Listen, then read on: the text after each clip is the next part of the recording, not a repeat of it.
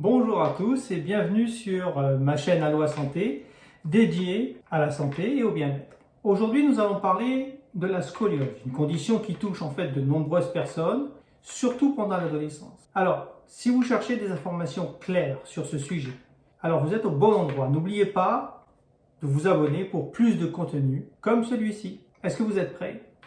Alors, c'est parti.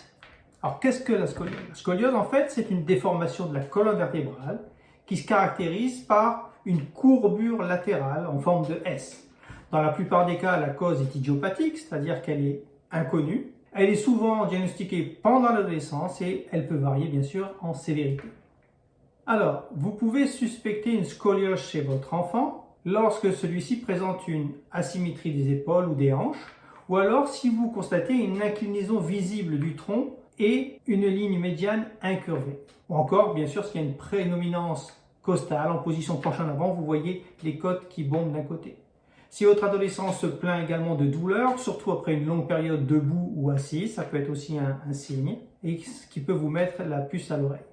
Il va sans dire que ces signes doivent motiver bien sûr une consultation médicale pour faire un diagnostic précoce. Et le mot essentiel ici, c'est précoce.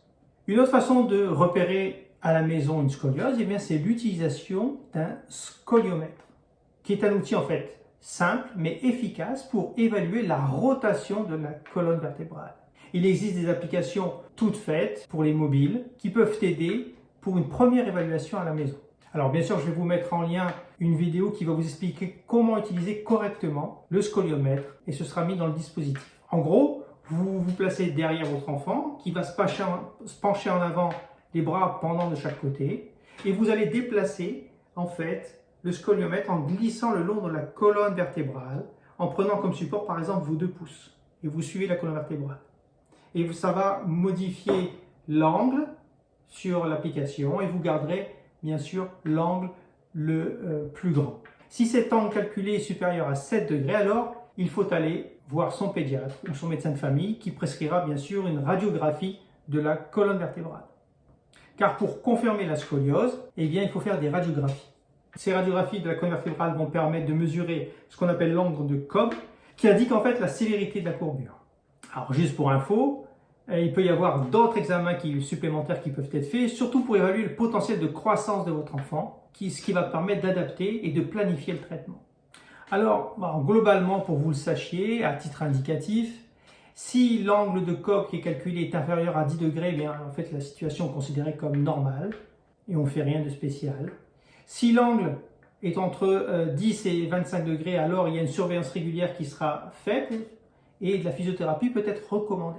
Si l'angle est supérieur à 25 degrés, bien, le traitement actif est nécessaire. Pour une courbure entre 25 et 45 degrés, un traitement orthopédique avec la mise en place d'un corset sera envisagé, ainsi qu'une physiothérapie.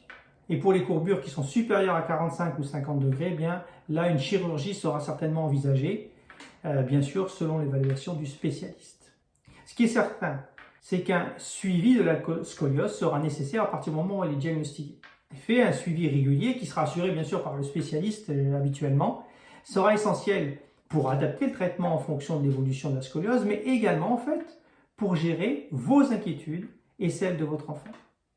Alors vous, parents, vous inquiétez souvent de l'impact de la scoliose bien sûr, dans la vie quotidienne et sur la scolarité de votre enfant, tandis que votre enfant, lui, plutôt, aura des craintes pour la chirurgie ou tout simplement, il sera préoccupé par son apparence corporelle.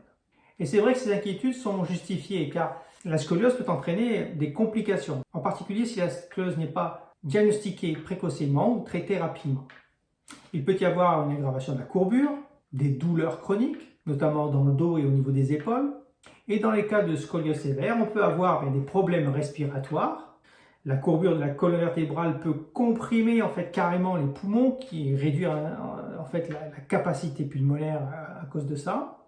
Ça peut entraîner des problèmes cardiaques si la déformation du thorax comprime le cœur ou perturbe son fonctionnement normal. Et on peut avoir, encore une fois, dans les cas sévères, une déformation physique visible, telle qu'une importante asymétrie des épaules et des hanches, une saillie de l'omoplate ou une inclinaison du tronc. Bien sûr, tout ça peut entraîner des difficultés de mouvement qui vont affecter la capacité à effectuer certaines activités quotidiennes. Et évidemment, Il peut y avoir un impact psychologique avec une baisse de l'estime de soi, etc., etc. Bon, avant d'en terminer, j'aimerais quand même aborder la problématique de la participation aux activités sportives quand on a une scoliose. La participation à des activités sportives pour les enfants et adolescents diagnostiqués avec la scoliose idiopathique nécessite une attention particulière, mais cela ne signifie pas forcément qu'ils n'ont pas le droit de faire du sport, bien au contraire. En effet, l'activité physique, l'exercice physique de manière générale, peut jouer un rôle important dans le plan de traitement en renforçant la colonne vertébrale. Mais quand même, il est crucial de choisir des sports adaptés. Il y a même d'ailleurs certains sports considérés comme bénéfiques quand on a une scoliose. Par exemple, la natation, qui est souvent recommandée car elle permet en fait de renforcer la colonne vertébrale dans un environnement presque sans poids, donc sans contrainte sur la colonne vertébrale. D'autres activités à faible impact comme le cyclisme peuvent offrir un bon entraînement cardiovasculaire sans aggraver la courbure de la scoliose. Le ski de fond également, qui est souvent recommandé car elle minimise les chocs en fait sur les vertèbres et travaille en fait les deux côtés du corps, ce qui est utile pour soutenir une colonne vertébrale forte et équilibrée. Et puis d'un autre côté, il y a certains sports qui peuvent être déconseillés, en particulier s'ils impliquent une activité répétitive et traumatisante, qui va pouvoir en fait exacerber le problème en provoquant une progression de la courbure de la colonne vertébrale. Je pense par exemple à la gymnastique, surtout à un haut niveau, la danse classique ou l'utilisation des trampolines par exemple. Alors bien sûr, je vous conseille de consulter un médecin ou un spécialiste avant de commencer ou de continuer une activité sportive après le diagnostic de scoliose. Et en conclusion, je dirais que la scoliose en fait, qui est souvent détectée par les enfants ou par les parents, doivent être dépistés et traités tôt, ça c'est le message le plus important, particulièrement pendant la période de croissance rapide de l'adolescence. Une prise en charge appropriée peut inclure la surveillance tout simplement, la physiothérapie, le port de corset ou alors la chirurgie en fonction évidemment de la sévérité de la scoliose. La détection précoce est la clé pour minimiser la nécessité d'intervention invasive et pour maintenir une bonne qualité de vie. Voilà.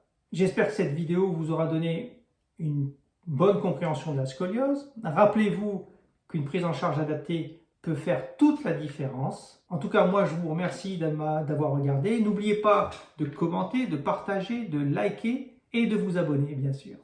Je vous dis à bientôt. Bye bye.